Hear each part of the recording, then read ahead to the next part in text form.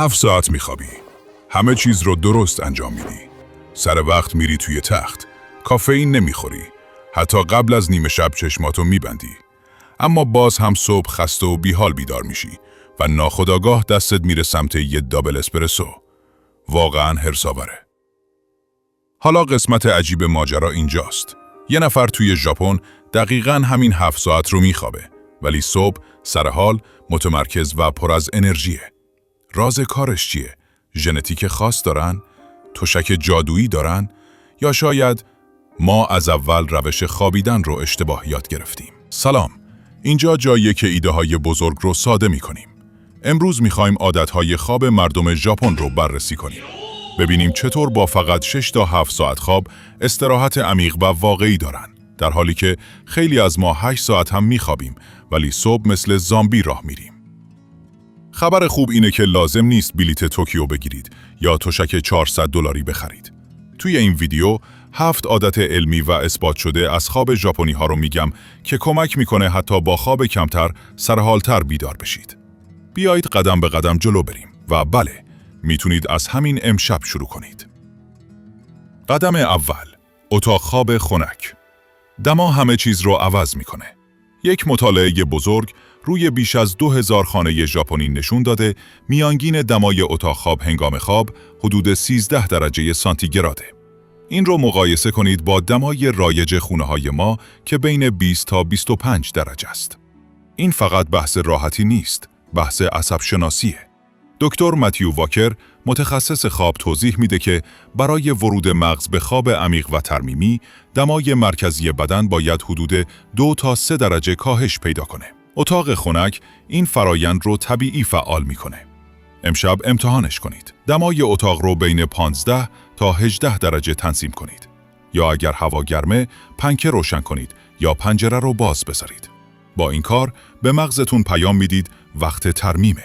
قدم دوم، حمایت نه نرمی. ما عاشق تخت‌های نرم و ابری هستیم، اما ستون فقرات شما نرمی نمیخواد، حمایت میخواد. در ژاپن خیلی ها روی فتون‌های سفت یا تشک‌های تاتامی میخوابن. شاید اولش سخت به نظر بیاد، اما این سطوح ستون فقرات رو در وضعیت درست نگه میدارن و نقاط فشار رو کاهش میدن. نتیجه، خواب عمیق‌تر و بیدار شدن‌های کمتر در طول شب. بیدار شدن‌های ریز و ناخودآگاه دشمن انرژی صبحگاهی هستند. جیمز کلیر میگه تغییرات کوچک نتایج بزرگ میسازن. صفر کردن سطح خواب شاید ساده باشه، اما تأثیرش روی کیفیت خواب چشمگیره. قدم سوم، حمام گرم پس اتاق سرد. اینجاست که ژاپن واقعاً برنده است. یک حمام آب گرم حدود 40 درجه 1 تا 2 ساعت قبل از خواب. شاید فکر کنید حمام داغ بدنتون رو گرمتر میکنه، اما دقیقاً برعکسه. بدن بعد از حمام سریع شروع به خنک شدن میکنه و همین افت دما به مغز پیام میده که زمان خوابه. مثل فشردن دکمه حالت خواب برای بدن. نیازی به فیلم و اسکرول نیست. فقط دوش بگیرید، ریلکس کنید و سیستم رو ریست کنید. قدم چهارم، از خسته بودن خجالت نکشید. اینجا یک تفاوت فرهنگی مهمه. در ژاپن گفتن خسته به نظر میای یک تعریفه، یعنی زحمت کشیدی. حتی چرت زدن کوتاه در مکان عمومی که بهش اینموری میگن رفتاری محترم محسوب میشه. حالا مقایسه کنید با فرهنگ ما. خواب برای ضعیفاست. چرت زدن یعنی تنبلی. نتیجه، وقتی خسته ایم به جای حل مشکل با کافئین خفش میکنیم. خستگی شکست نیست، یک بازخورد عصبیه.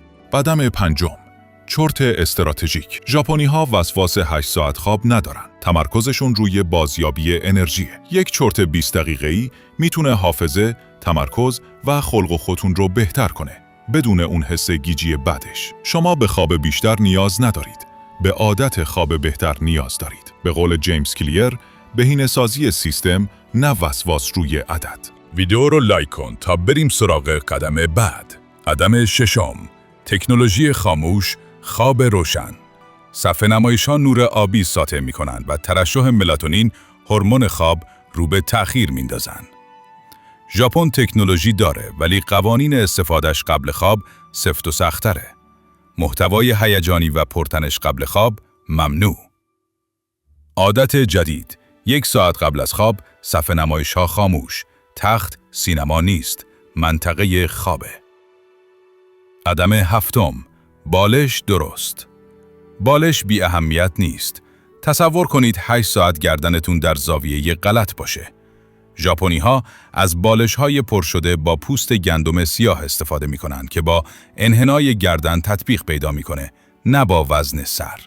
تحقیقات نشون میده بالش‌های حمایتی مناسب تا 50% درد گردن رو کاهش میدن. گردنتون هر صبح ازتون تشکر میکنه. جمع‌بندی و نکات نهایی از فرهنگ خواب ژاپنی. چی میتونید از همین امشب بردارید؟ اتاق خنک، دوش آب گرم، قبل خواب سطح خواب صفرتر، احترام به خستگی، چرت‌های کوتاه و هوشمند، مرز برای تکنولوژی و یک بالش حمایتی. اینها تغییرات بزرگ نیستن. تنظیمات کوچیکی هستند که روی هم جمع میشن. نتیجه، خواب عمیق‌تر، انرژی بیشتر، ذهن شفافتر.